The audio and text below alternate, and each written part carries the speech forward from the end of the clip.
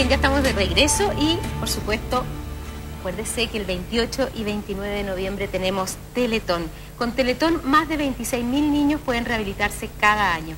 Este 28 y 29 de noviembre, más de 16 millones de chilenos se rehabilitarán en 27 horas de amor. Teletón, 28 y 29 de noviembre. Gracias a ti, podemos seguir. Y Salesa tenía algo ahí, se le había quedado algo en el tintero. A ver. No, mira, es más que nada una idea que yo creo que es muy importante que las familias de los niños con sobrepeso interioricen. Y es lo siguiente, que la obesidad no se trata con una dieta, no se trata con un tratamiento por un tiempo determinado, sino que implica cambios para siempre. Entonces, los papás tienen que hacerse mucho a esa idea, que cambiando tus hábitos en forma permanente, quizás lentamente van a lograr sin duda mejoría.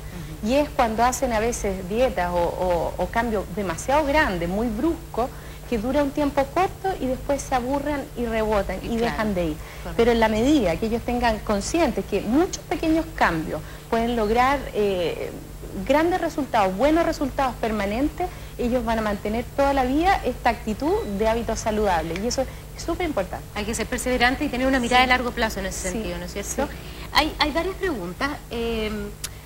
A ver, dice... He tratado de informarme del tema acerca de la cirugía de la obesidad. Sin embargo, aparentemente, esta es permitida con un IMC, un índice de masa corporal, ¿no es cierto?, sobre 40 o menos de 30. O algo así dice la pregunta, pero bueno. O cuando hay otras enfermedades asociadas, ¿no es cierto?, con menos de 30. Pregunta si es así y si es posible un estudio casuístico, dice. A ver, la cirugía de la obesidad o la utilidad de la cirugía de la obesidad se definió en un consenso que hubo en el año 91 en Estados Unidos. Ya va a cumplir la mayoría de edad el consenso, que es bastante antiguo, en que se definió efectivamente cuáles eran los pacientes que más se beneficiaban con la cirugía. En ese sentido, el índice de masa corporal sobre 40, son los pacientes obesos mórbidos, son los que más se benefician. Son los que están en un mayor riesgo de tener enfermedades que acortan la vida y por lo tanto son los que más se benefician.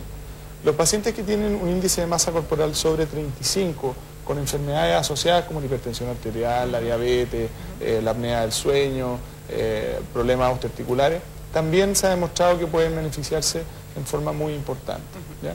Bajo 35 en general es un tema que es muy discutido, ¿ya?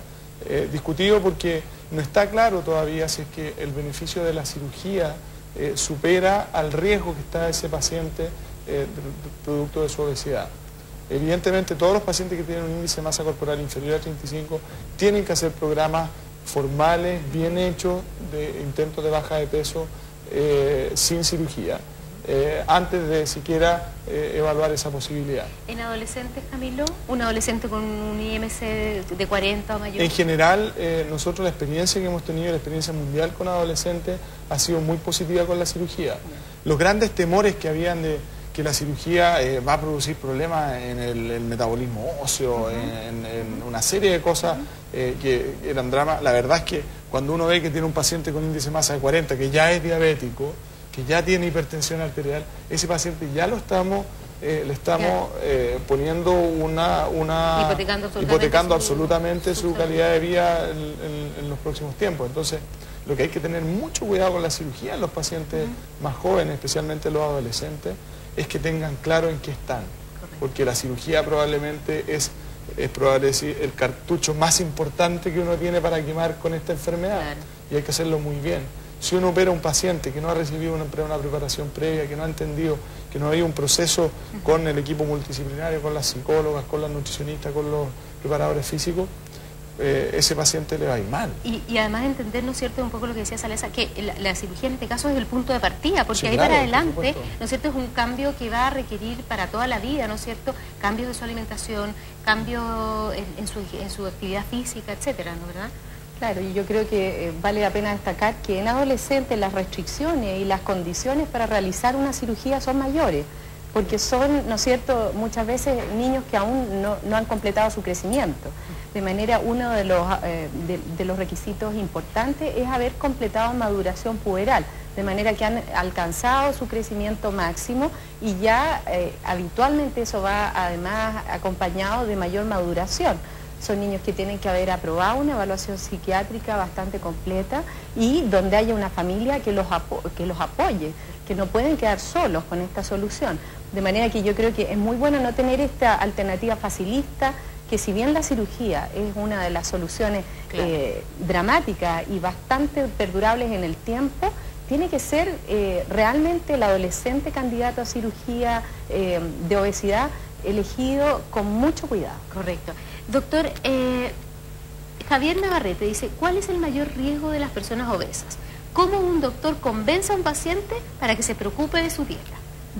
Bueno, yo creo que lo principal es poder evaluar caso a caso. Si el paciente tiene antecedentes familiares, por ejemplo, antecedentes familiares de hipertensión, antecedentes familiares de diabetes, de un infarto al miocardio a edades no muy avanzadas, el riesgo es altísimo de que un paciente obeso desarrolle esas mismas enfermedades. Lo importante además es explicarle que esta es una enfermedad crónica. Este no es un problema agudo que bajo de peso y me mejoro de esto. No, es algo que debe cambiar estilo de vida y tiene que aprender a entender su enfermedad y cambiar todas las condiciones que de alguna manera lo están llevando, ¿ya? Y debe cuidarse de por vida, aunque haya sido operado.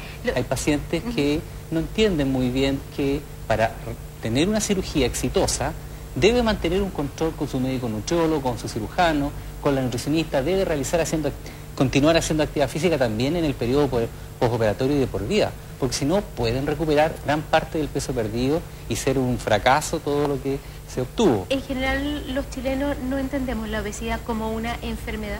Ese es un problema no solo de la población, sino que también es un problema de las ISAPRES, ¿no es cierto?, correcto, y de las compañías de seguro, que cuesta mucho que les devuelvan las consultas médicas o las atenciones de los pacientes. ¿Hay algún tipo de cobertura? Es bastante pobre la cobertura, es bastante pobre y yo creo que van a tener que entender que hay que cambiar frente a eso. Definitivamente tiene que cambiar, tomar una conciencia nacional, tiene que haber una política que determine un cambio con respecto a la cobertura que van a tener las ISAPRES o FONASA frente a la obesidad. Eso tiene que cambiar. La cobertura es apropiada para muchas de las complicaciones, claro, pero no cuando la obesidad va sin apellido. Entonces eso es una situación muy injusta. Como quien dice, nos están estimulando a que empeora para que recién poniendo un diagnóstico asociado puedan ser cubiertos por el sistema. Correcto. Oye, a propósito de la Teletón, fíjate que en Estados Unidos la principal causa de discapacidad en el adulto es que los obesos se rompen las rodillas, hacen una artrosis de rodilla y ya no pueden seguir caminando. Así que acordémonos de la Teletón y que la obesidad nos puede llevar. Claro, no, y acordémonos de que hemos seguido detrásito de Estados Unidos en esta senda, ¿no es cierto?, que hemos llevado nosotros y en mucho menos años, ¿no es verdad?